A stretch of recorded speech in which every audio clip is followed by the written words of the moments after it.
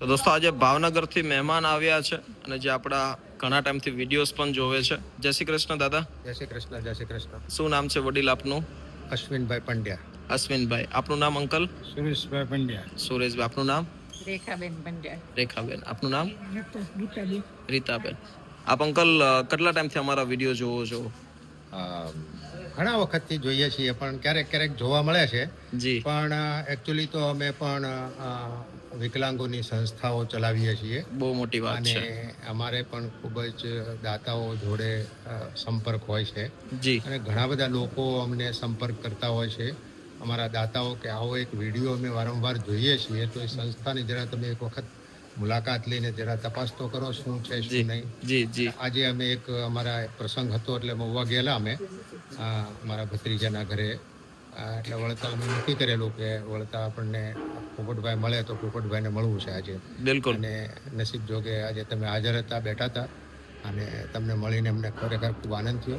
જી જી. સંસ્થાઓ ચલાવવી બહુ અઘરી છે. જી. અને એમાંય વિકલાંગોમાં ખાસ કરીને મેન્ટલી રિટાર્ડેડ લોકોને એકઠા કરવા, સાથે રાખવા, જી. આ બહુ મુશ્કેલ કામ છે. જી. તમે એ મુશ્કેલ કામ ઉપાડ્યું છે. સૌથી વધારે મને આનંદ તો એ વાતનો થાય છે કે અમારી જેવા સિનિયર લોકો તો સેવાઓનું કામ કરતા જ હોઈએ. જી. પણ તમે આ ઉંમરે હજીને ઉગીને ઊભા થાવ છો, તમારે કેરિયર બનાવવાનું હોય, તમારે પોતાની લાઈફ બનાવવાની હોય, એ ઉંમરે તમે આ સેવાનું કામનો ભેખ ધર્યો છે અને ઉપાડ્યું છે. ખરેખર પ્રશંસનીય છે. ખૂબ ખૂબ ધન્યવાદ. બસ ભગવાનના આશીર્વાદ અને તમે તમારો કિંમતી સમય લઈને આવ્યા છો. માતાજી તમને ખૂબ તંદુરસ્તી આપે અને તમારી પાસે તમે શીખીએ છીએ તો બસ આપણે એકબીજા લોકોને કંઈ ને કંઈક શીખતા રહેશું.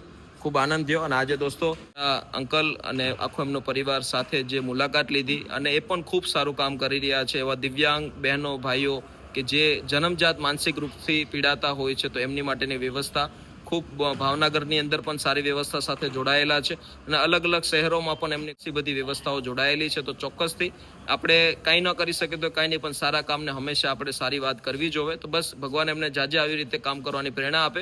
અને આજે અંકલ અને એમના આખા પૂરા પરિવાર, એમની આખી પૂરી ટીમ એમના તરફથી સોશિયલ મીડિયા આશ્રમની અંદર 11,000 રૂપિયાનો સપોર્ટ આપ્યો છે. દોસ્તો બહુ મોટી વાત છે. આપણે હર હંમેશ માટે કહીએ છીએ કે પૈસાથી કોઈ સારી વ્યવસ્થામાં ઉપયોગ થતું હોય તો એમાં ચોક્કસથી પોતાનું યોગદાન આપવું જોઈએ. તો આજે અંકલ એમના આખા પરિવારે 11,000 રૂપિયાનો સપોર્ટ કે જે આપણને ઘણો બધો ઉપયોગી સાબિત થશે. Thank you so much uncle. ભગવાન તમને જાજુ આપે અને બસ આવા નવા સારા કામ કરતા રહ્યો એવી પ્રેરણા તમને હંમેશા ઈશ્વર આપે. Thank you so much. ખૂબ આનંદ થયો. તમે આવ્યા બધા, અમને ગમ્યું. Thank you.